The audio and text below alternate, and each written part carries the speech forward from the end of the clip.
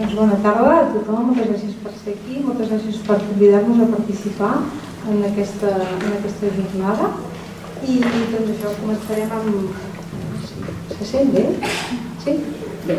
Doncs només precisar el tema de diotoxines marines, n'hi ha moltes, i aquesta presentació està centrada en les diotoxines produïdes per microalgues. Microalgues són organismes com aquests que veiem aquí, de blau al microscopi, o aquestes altres cèl·lules que veiem en aquesta altra banda de la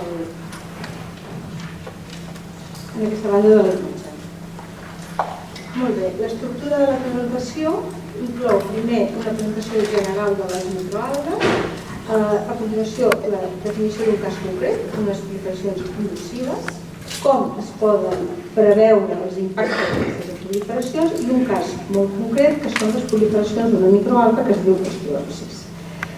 En aquesta imatge veiem diferents formes. Algunes cèl·lules de microalgues són unicel·lulars, aquí n'hi ha moltes, tenen un flagell, poden nedar, algunes fan colònies i fan filaments, tenen formes diverses, totes tenen clorofil·la, però després hi ha uns altres pigments accessoris complementaris que els donen que això ens permet afinar a nivell taxonòmic, perquè quan una la veus així al microscopi totes les veus igual.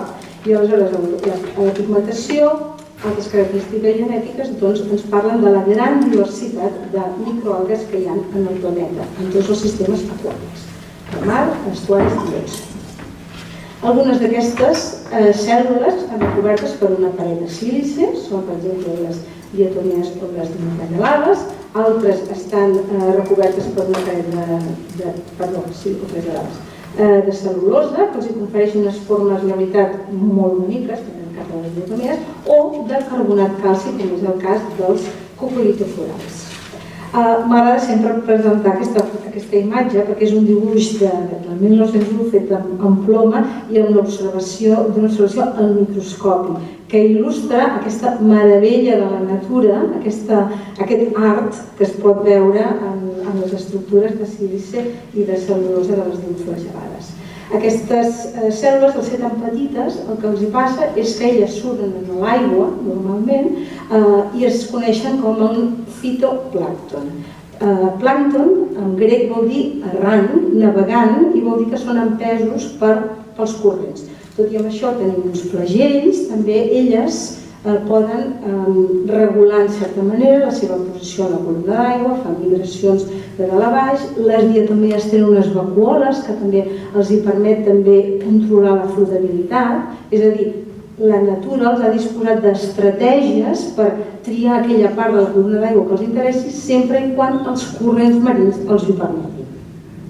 Molt bé, què fa el fitoplàncton? Doncs el fitoplàncton, com tot vegetal, fa la fotosíntesi.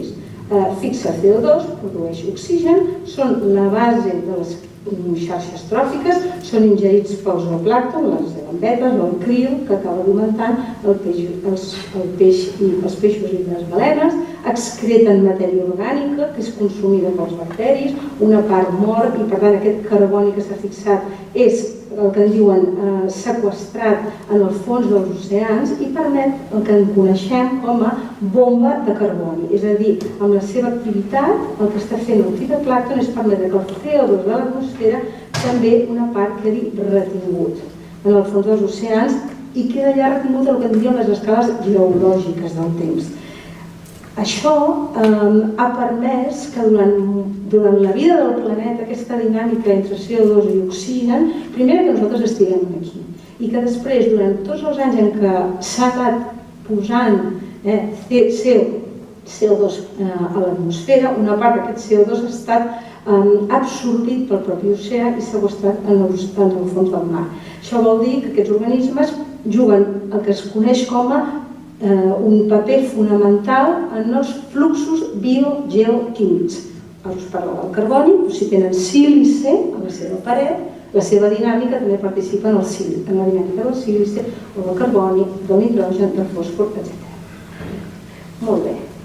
Llavors, de la mateixa manera que en la Terra estem acostumats a veure que els arbres, sobretot els caducifolis, perden la fulla durant una època i la produeixen en una altra, el fitoplàncton, que també té la clorofil·la, donarà una tonalitat, per dir-ho així, verda, en certa manera, a les aigües del mar. I això ho podem captar mitjançant satèl·lits. La clorofil·la és la molècula interna dels organismes per fer la fotosíntesi, però al mateix temps és un excel·lent traçador de la seva presència. Aleshores, des del satèl·lit, els satèl·lits el que poden fer és detectar la pell de l'oceà, només el que està en una capa molt fina. I ara aquí veurem com, al llarg de l'any, aviam si funciona aquest vídeo, veieu que el color en els continents va variant la intensitat del verd a mesura que les estacions fan que els arbres facin la seva producció de fulles, després la perden, i també veiem una tendència en el canvi de color en els oceans. Hi ha èpoques en què els oceans són més productives, hi ha un color més verd, i hi ha èpoques en què hi ha més producció. També veiem zones on és fonamentalment de color blau, vol dir que hi ha molt poc fitoplàncton, que són zones molt productives. Insistir només que el que està veient el satèl·lit és una capa molt fina. Necessitaríem veure el que hi ha en la columna d'aigua per saber molt més del que fan aquests organismes. Molt bé.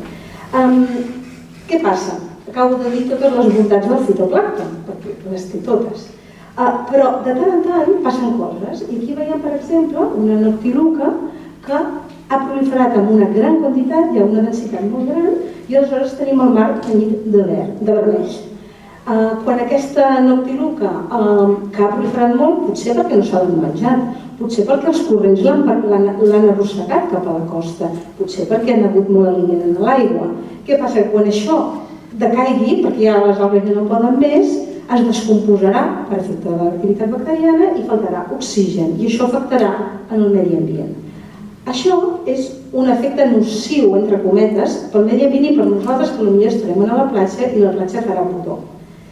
Aquí, en la imatge del costat, veiem peixos morts. Doncs també han estat degut a que hi ha unes algues que els hi ha afectat perquè tenen unes toxines que els han matat. A la imatge d'aquí sota tindríem això representa unes càries de peixos també que estan afectades per la presència d'un organisme tòxic. I he mencionat la paraula tòxic. Vol dir que algunes espècies de fitoplàncton, a més, produeixen, o de microalgues, produeixen toxines, com és el cas d'aquest del dinoficis que tenim aquí, que contamina musclos, per exemple, en aquesta imatge, o l'alexandrium. Quin és el problema? El problema és que la dinoflagel·lada, que té un compost que ella produeix per molts motius, que molts d'ells no els coneixem, pot ser que siguin substàncies de reserva o substàncies que eviten que se les mengin, potser perquè els donen un mal gust. Aquestes dinoflagel·lades se les menja un múscul. El múscul li pot afectar o no, però el múscul, com que filtra, la bioacumula, ens la mengem i ens donen diarrees, per exemple. Altres estan damunt de macroalgues o de coralls, se les mengen els altres peixets. En el tròpic aquest peixet, sobretot, se'l pot menjar una persona i s'intoxica, o bé la toxina es bioacumula i es transfereix el que diem a través de la cadena tròfica. Exemples d'aquestes dues menes d'intoxicacions són les que produeix el dinoficis, que s'acumula, per exemple, en els músculs, o el gambierdiscus, que s'acumula en els peixos, i la intoxicació per ciguatera és un de les intoxicacions endèmiques en zones tropicals. Per tant, el concepte que hem de retenir és que una proliferació nociva, o harmful algal bloom, és un terme antropogènic. En el fons ens molesta a nosaltres, en els humans. Ha pujat per damunt d'uns nivells, ha tingut unes conseqüències en l'ecosistema, ha produït unes toxines, se'ns moren els peixos dels quals ens mengem, es podem intoxicar. Som els humans que li hem posat això, però potser a la natura això passa, no potser, això passa des de la història del planeta i, per exemple, aquell famós creuament del Mar Roig de Moisès podria ser precisament una marea roja d'una dinoflagel·lada. I aleshores aquest és l'altre concepte, són processos naturals. Què passa? Sí, molt bé. Són processos naturals que passen per raons molt complexes, per factors físics, químics, biològics, geològics, que s'integren, processos que passen aquí, en aquest esquema d'aquí, aquí tenim l'escala del temps i l'escala de l'espai. I les unitats van d'unitat de segons a cents d'anys o mil·límetres, o per sobre de mil·límetres, fins a desenes de mils de quilòmetres. Què vol dir això? Això vol dir que aquesta paraula que posa aquí, plàncton i fitoplàncton blooms, són processos que nosaltres poden durar uns quants mesos, per exemple, poden ocupar uns bons metres, però sobretot són el fruit de processos que passen des de la biologia de la cèl·lula fins al tema de la circulació oceànica i després ritmes d'escales multidecadals. Potser heu sentit parlar del fenomen del Niño. Doncs el fenomen del Niño, que és un procés que passa a nivell planetari, afecta moltes coses i també la dinàmica de les aus. Per tant, entendre la dinàmica del fitoplàncton i entendre la dinàmica dels hubs vol dir entendre molts processos i molt diversos. Aquesta és la idea una miqueta. De tota manera, encara que hagi dit que són coses naturals, també cal tenir en compte que la humanitat també fem de les nostres, en el sentit que, aquest dibuixet aquí ho representa bé, les nostres ciutats aboquen coses, ciutats i poblacions aboquen nutrients a través, per exemple, dels fertilitzants, o no, aboquem altres coses que poden alimentar. Nosaltres construïm ports perquè ens agrada tenir els nostres vaixells, tenir una plaça protegida que no es despassi amb la sorra, i això què fa? Altera la circulació dels corrents prop de la costa. Fa àrees més confinades i les gelades que passin per allà o estaven vivint per allà o que sigui, de manera recurrent fan els seus volums. Per tant, i nosaltres tenim també, la humanitat, una certa responsabilitat en alguns punts. En aquestes imatges només vull representar el que en diem les diferents síndromes o les diferents intoxicacions que podem patir els humans i que són associades a diferents algues. Per exemple, aquí tenim aquesta pseudonísquia, una diatomea que va proliferar, per exemple, el 2015 a gran quantitat allà de tota la costa oest dels Estats Units, aquí la veiem de l'imatge de satèl·lit, i produeix una toxina que es diu dimòric àcid protozoes. Si aquesta microalga la mengen o la bioacumulen en uns petits peixets i després aquests peixos els mengen altres organismes més grans, que poden ser peixos més grans o mamífers, els síndromes que tenen és el síndrome que diem amnèsic, que va associat, per exemple, amb una pèrdua de memòria. Però també hi ha altres símptomes que s'experimenten quan una persona ingereix menjar contaminat amb aquestes toxines. Aquí baix tenim l'inoficis, que la veritat és molt bonic, que produeix una altra toxina que va associada sobretot amb la diarrea. Aquí tenim l'Azadirachum spinosum, que produeix l'àcid espiràcid i el que es diu com l'enverinament per espiràcids, que normalment s'acumula amb músculs i shellfish. Músculs. El nom xulo. Marins. I després, aquí tenim l'Alexandre Patanera, per exemple, que també ens ha tenyit de vermellós aquest port, aquesta zona en aquest cas és de l'Àsia, i que una de les coses que dona un determinat pot paralitzar els músculs, inclosos el múscul cardíac, i provocar la mort per paràlisi muscular en aquest cas. En conjunt són neurotoxines, però hi ha uns símptomes com específics. De la ciguatera, que ja l'he mencionada abans, ens en parlarà amb molt de detall la Mònica Campàs i el Jorge Diogena a continuació. O sigui que aquesta la deixo per després. Molt bé. Una altra que aquest any ha estat molt de moda, diguem-ne, ha sigut la Karenia brevis. La Karenia brevis és aquesta dinoflagel·lada tubeta, perquè de fet ella, aquesta és tubeta, que recurrentment, any rere any, prolifera a les costes de Florida i del Golf de Mèxic. Aquest any la proliferació ha estat espectacular. Produeix una toxina, la brevetoxina, que és neurotòxica, que es pot també bioacumular en peixos, però també resulta que també produeix uns aerosols que són irritatius. Després també produeix mucílags, que s'acumulen en la monoflotant i que aleshores pot determinar que els organismes que estan visquent en aquell hàbitat també pateixen la seva manca d'oxigen. Aquest és un cas que fins i tot ja té el nom de la Florida Red Tide, la marea roja de Florida. I donat el cost econòmic que tenia en turisme i tal, als Estats Units va invertir una quantitat increïble de diners i estudiar-ho a molts nivells i amb totes aquelles escales espaciotemporals que us he comentat abans. Molt bé, com he dit, són fenòmens naturals, hi ha una part antropogènica com a les seves raons, però aleshores què podem fer? Podem evitar-les? Home, és evident que en tot on la humanitat tingui alguna a dir, com són els abocaments de coses en el mar o cuidar la qualitat de les nostres costes, és evident que això ha resultat en disminució de casos de marees roges o de proliferacions nocives en molts punts, sobretot a Europa. A Àsia, és a dir, que no ho controlen tant i tenen bastants problemes, però d'altres són naturals, ho he comentat abans. Què hem de fer, doncs? Hem d'aprendre molt més sobre la dinàmica d'aquestes microalgues. Hem de comprendre la seva dinàmica. I després què hem de fer? Monitoritzar. I aquí tenim un exemple. Monitoritzar com? Amb unes xarxes, amb una barca, amb unes bombes, etc. Aquí tenim una imatge preciosa de la zona del Delta de l'Ebre, on hi ha una activitat aqüicultora molt important i aquí el monitoratge dels organismes tòxics i les toxines a l'aigua i sobretot en els organismes que es cultiven és fonamental per evitar que els musclos contaminats arribin a la taula de les persones. Això també la Mònica i el Jorge es poden explicar moltíssimes coses en detall. I de fet cal dir que des que això s'ha implementat a Europa s'han evitat moltíssimes intoxicacions. Hi ha un control molt estricte de toxines a nivell europeu i també als Estats Units.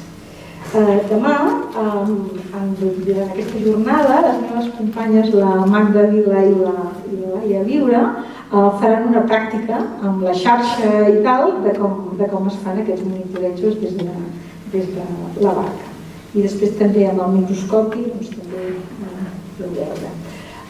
Com he dit, cal comprendre moltes coses i, per exemple, també en el 2015 es va produir una mortalitat massiva de salmons a Xile, produïda per aquesta alga que tenim, i es va començar a especular si és que, a més, tenim un problema que és el canvi climàtic. Què vol dir això? Que les aigües s'estan escalfant i aleshores una de les preguntes és que aquestes algues creixen més quan la temperatura és més alta? Això són exemples d'estudis d'ecofisiologia que es fan en el laboratori que ens permeten potser comprendre més el que li passa a la natura. I no és només si creixen més, sinó si produeixen més toxines i en quines condicions les produeixen. Llavors és allò, aquella imatge que us he posat de l'espai i el temps, doncs intentar entendre els processos que passen a nivell celular relacionats amb factors com la temperatura o els nutrients que són factors externs del medi ambient. Això ho hem de fer. Com he comentat abans, la clorofil·la és un bon traçador i aleshores en el cas d'alguns blooms, algunes proliferacions d'un gran nombre de cèl·lules, els satèl·lits ens permeten traçar-los. En aquesta imatge d'aquí, per exemple, que és de Sud-àfrica, què ens permet això?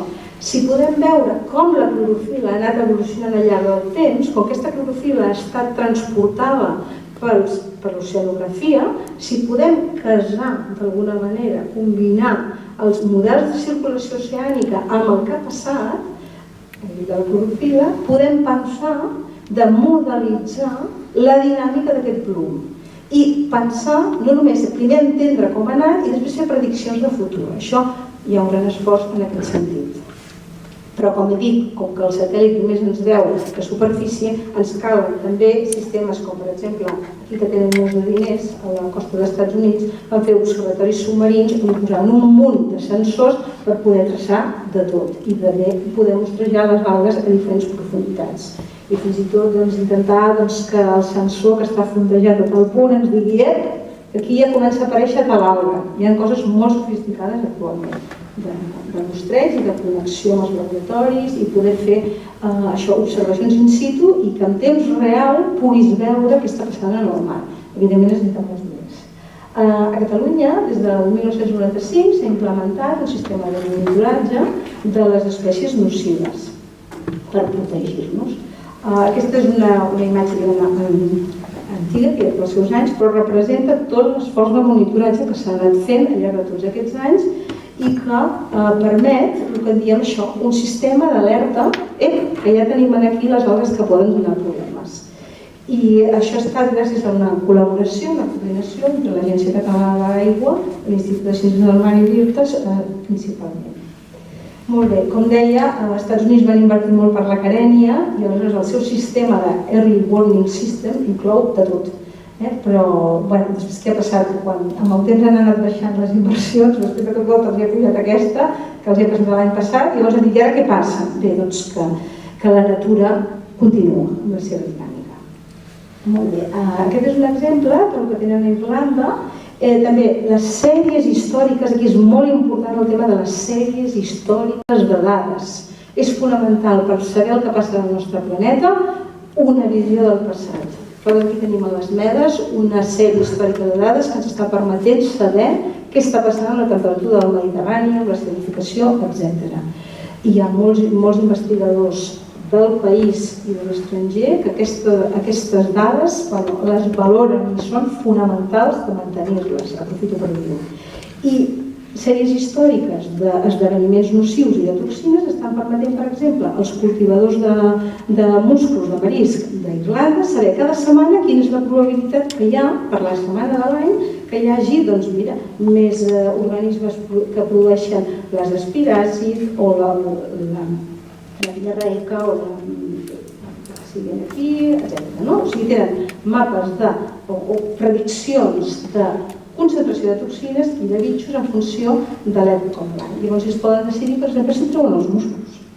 Molt bé. L'ideal, totes aquestes toxines necessiten equips molt sofisticats i patrons que no tenim. És molt difícil tenir patrons per les toxines. L'ideal fora que poguéssim fer el mateix que fan els diabètics, que es punxen, posen en una caixeta i diuen em falta sucre, o tinc massa encara, el que sigui. L'ideal fora que els cultivadors, o per exemple en les zones tropicals, on hi ha un risc de ciguatera, la persona normal i corrent que va a pescar pogués agafar un trosset de peix, posar-lo allà i dir, tinc toxina. Això seria fantàstic. Hi ha molt esforç, hi ha moltes dificultats, es treballa en aquesta direcció. No només per aquestes, sinó per les altres toxines. Molt bé, i aleshores ara acabaria amb l'últim exemple, que és un estudi d'ecologia i d'epidemiologia centrada en la microalga Ostreopsis. Portem força temps estudiant-ho en el marc del projecte Osteorisk. Actualment ho estem continuant aquest altre projecte Cocline, on estem implicats des de l'Institut de Ciències del Mar, l'Universitat de Barcelona, l'IDAEA, l'Agència Catalana de l'Aigua, l'Agència de la Salut Pública de Catalunya i investigadors estrangers. Molt bé. Què té de particular aquesta dinoflagel·lada? Bé, és una dinoflagel·lada que, tot i que fins ara estava dient plàncton, suspensió en l'aigua, no sé què, els corrents que se l'emporten, aquestes cèl·lules, aquests organismes, tenen uns cicles de vida molt complexos i en algun moment passen per al sediment. Però això no vol dir que molt de temps en el ventos, en la capa de sota del fons del mar. En aquest cas és una alga que li agrada molt estar en el ventos i de tant en tant es deixa anar i també la trobem en superfície. Això en blanc i negre, això representa una branqueta d'una macroalga d'aquestes que trobem a la platja que dius que hi ha gent que diu una alga. I això, aquests filets d'aquí, representen un mucílag que ella produeix i fa com si fos una prenyina. És a dir, ella fa el moc, com una aranya, s'enganxa a la macroalga i s'hi queda allà retinguda. I aleshores, quan hi ha moltes, veiem el fons marí recobert d'una capa mucilaginosa que són aquesta gran quantitat d'Ostreopsis. Elles de tant en tant es deixen anar o la dinàmica de l'aigua també les arrossega, això encara no tenim clar qui és l'ou o la gallina. La qüestió és que veiem uns agregats que posen a superfície que també són de moltes cèl·lules d'Ostreopsis. Molt bé, aquest és el protagonista del nostre estudi.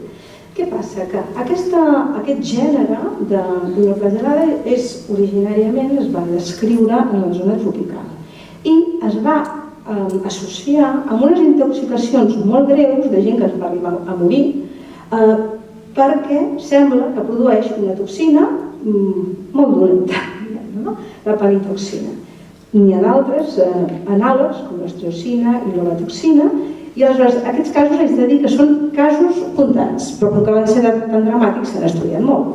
Què ha passat? Que des dels anys 70 ja sabíem que estava en el Mediterrani, ja estava reportada, però ara cada vegada veiem que està molt més present en latituds temperades, en el Mediterrani, a Brasil, a Japó, a Nova Zelanda, i s'associa, doncs, per exemple, amb morts massives d'eriçons, per exemple, i després, en el cas concret del Mediterrani, en algunes platges s'ha relacionat amb irritacions respiratòries i cutànies.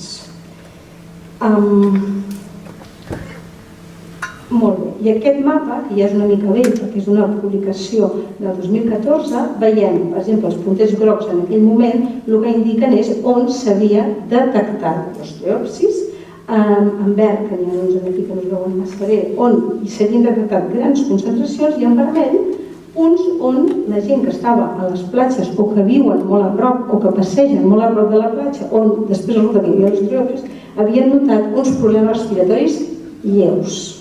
Però aleshores això va passar i es va començar la recerca. I a partir d'aquí cedeixo la paraula a en Rafael, que us continuarà explicant la vessant més llarga.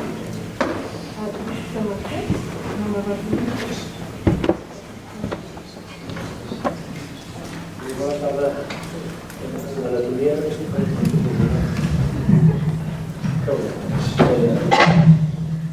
bona tarda, gràcies a l'organització, gràcies al Josep per deixar-me parlar. Efectivament soc epidemiòleg i intento entrar en el món del mar per intentar posar més llum a aquests impactes que rebem de la natura. I és un tema fascinant que pels que ens dediquem a la salut ens anima molt. Ens hem de canviar d'ulleres i posar-nos les ulleres dels epidemiòlegs que mirem el món de dos colors. Un, el que se'n diu esdeveniments sentinella, i aquí l'osteopsis és clarament l'esdeveniment sentinella. És a dir, el que veiem moltes vegades a la nostra vida científica és que hi ha un cas que ens dona llum. I aquest cas que ens dona llum pot ser la punta d'un iceberg que ens conduirà a veure sobre què estem posats. I l'osteopsis és un molt bon exemple del que possiblement ens ve al damunt o del que ens ja estem enfrontats a conviure. I la segona és el que clàssicament en matemàtiques es diu raons. És a dir, els epidemiòlegs mirem denominadors i numeradors. Els denominadors són tota la gent del món. Les persones que ens podem posar malaltes en algun moment determinat, i ens interessa molt quanta gent d'aquest denominador puja al numerador. Per tant, sempre hem de tenir presents que els denominadors es converteixen, i no sabem per què, en numeradors. I aquí veieu la taula del resum de totes les publicacions que s'han fet des de l'any 98 al 2013, majoritàriament biòlegs però també hi ha metges, a les quals Catalunya ja està en 6 o 7 llocs d'aquests. Vila, Álvarez repetit, en fi. Interessant, perquè en cap d'aquestes columnes on posa Human Cases, realment només es parla de numeradors. Per tant, a l'epidemiòleg que vulgui treballar amb això, diu, bueno, doncs, no sé, el Sansoni, que és un brot que va haver-hi molt important, van anar 100 persones malaltes a l'hospital i uns dies després a l'hospital van avisar a Biologia Marina de la zona i van anar a mostrejar, però ja no van trobar res. Però en altres casos van trobar 74 persones o 37 i es van mostrejar, i l'ordre de magnitud de l'osteopsis és de 10 a la 4. Alguns 10 a la 2, 10 a la 4 tots, 10 a la 4. Amb això vol dir que mentalment ens hem de situar en què els humans arribem 2 dies o 3 dies tard o un dia tard a que el mar ha respirat i ha donat senyals de vida. Però estem fets per pensar i com solucionem els problemes. Doncs la solució és trobar, ajuntar peces, fer multidisciplinaritat i reconvertir el problema biològic en un problema que és comú a tota la ciència. Afortunadament es mostreja a Catalunya des del 2004 i particularment Llavaneres ha ofert un repte important a la ciència, que és el que tenim entre mans. S'hi ha posat de tot, furgonetes, filtres d'aire, he vist el mar convertit en xocolata, que jo com a metge no ho havia vist mai, i l'epidemiologia té que entrar aquí dintre, això és superemocionant.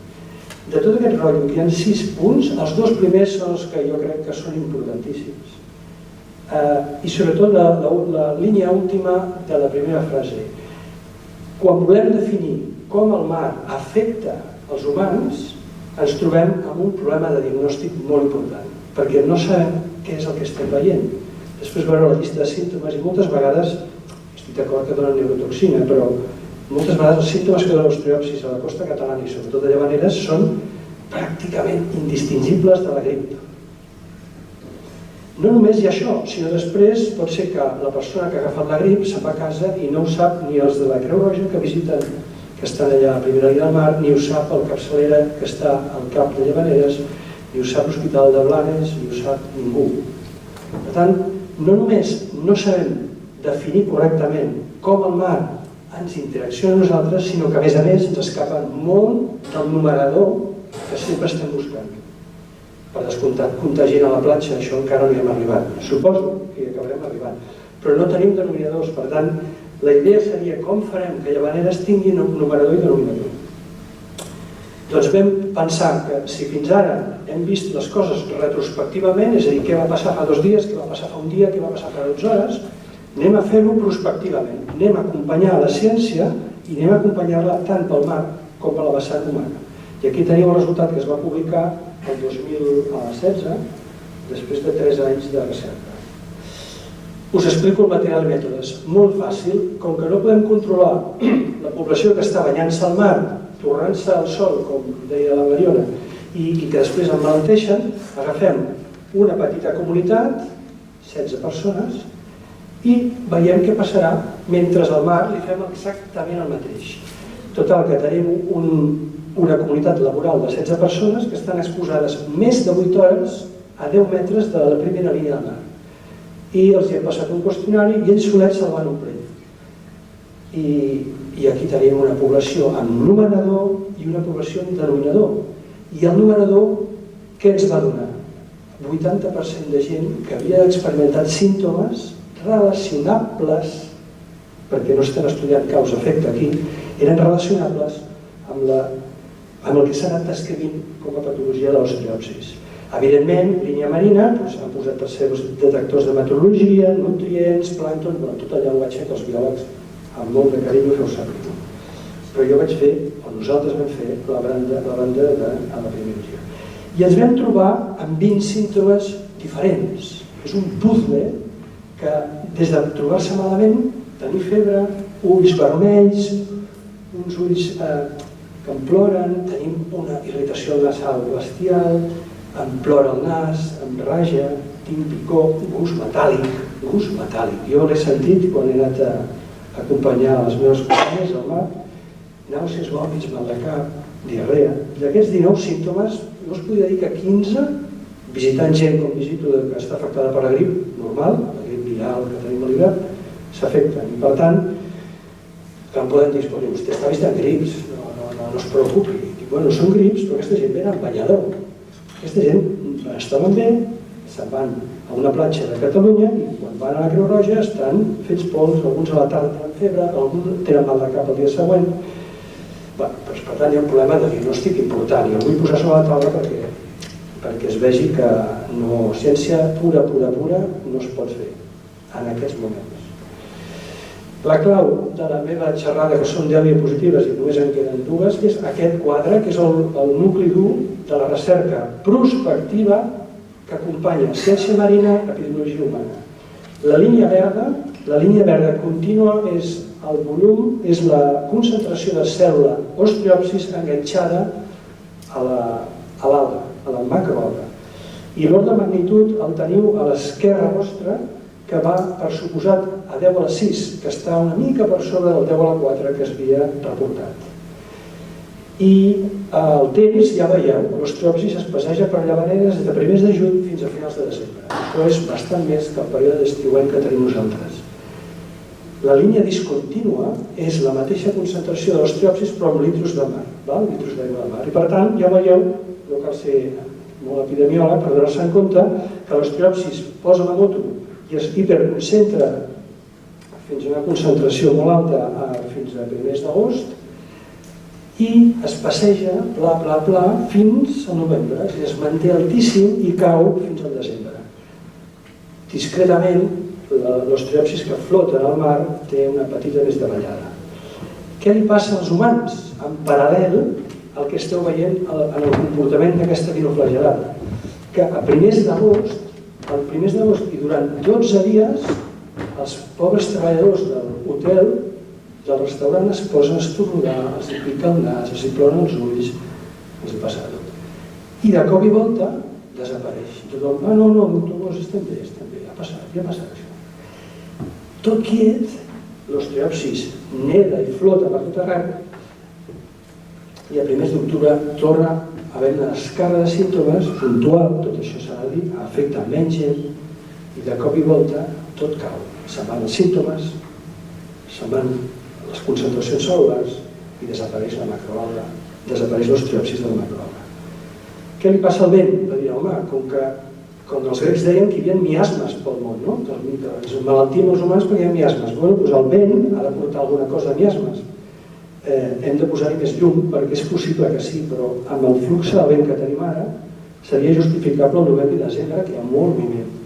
Però el vent, discutible. I la temperatura que està en vermell, no cal ser epidemiòleg, però ja veieu que certament pot ser que estigui implicat, però després la davallada és important. Total, que així estan les coses. Aquest patró que hem descobert el 2013 i es va propagar el 2016 s'ha anat repetint, i això és molt important perquè numeradors i denominadors van coordinats, es va repetint amb relativa poca variabilitat. Per tant, tenim una dinoflagel·lada que es comporta homogèniament en els últims 5 anys i els símptomes hi ha de tot, però en general nosaltres creiem que van a menys. Per tant, aquí parlaran els dos col·legues metges del clínic, però hi ha un tema que Vigilància Epidemiològica ha posat sobre la taula, que possiblement els humans ens vacunem a base de crisis d'osteòpsis inhalat, tocat, contactat o amb palitoxina neurològica. Per tant, hi ha moltes hipòtesis obertes, això és un enorme camp de treball, superinteressant i molt engrescador. Idees clau, perquè vull acabar, tot això ho fan perquè recolzem la vigilància epidemiològica que afecta a l'humà i que Catalunya està fent-se servir. Volem analitzar d'una manera multidisciplinària i perspectiva integrant ecologia, toxicologia i meteorologia per trobar raons per les quals la dinoflagel·lada ens fa aquest impacte. I finalment, no descarto gens que l'epidemiologia s'atreveixi a entrar a l'estudi dels mecanismes més fins que té la biologia pel tema dels numeradors i denominadors i d'aquesta visibilitat prospectiva i retrospectiva que tots els estudis humans han de tenir. Ens obliguen a donar resums, per tant faig el resum ràpid. Les flagel·lades són fonamentals pel planeta, això no té discussió. Estem parlant només de 300 espècies que afecten els humans. El tema de proliferacions és un tema absolutament humà i que per tant ens ho hem de fer mirar, que és un fenomen natural, no es pot evitar. Jo crec que cada vegada que intervinguem al mar segurament ens equivocarem i s'ha de fer una xarxa de monitoreig. Aprofito per llançar la idea que els CAPs i els centres d'atenció primària i els hospitals que tinguin interès en seguir i estudiar aquest tema ens ajuntem com una branca armada de l'Oceans Càtedra. L'osteòpsis està a casa nostra, nosaltres estem a casa d'ell o d'ella, i per tant ens hem de viure com a veïns. I poca cosa més, treball conjunt, perfil d'afectació, escriure, estudiar i trobar-se. Jo crec que el més important és trobar-se i mirar com la ciència acompanya el mar. Això és superimportant, mentre la població també ho veu. Jo crec que això és el que fa el total, això és com anglès, i això és el final. Gràcies per escoltar i per estar aquí. Oberts a qualsevol pregunta després. Gràcies.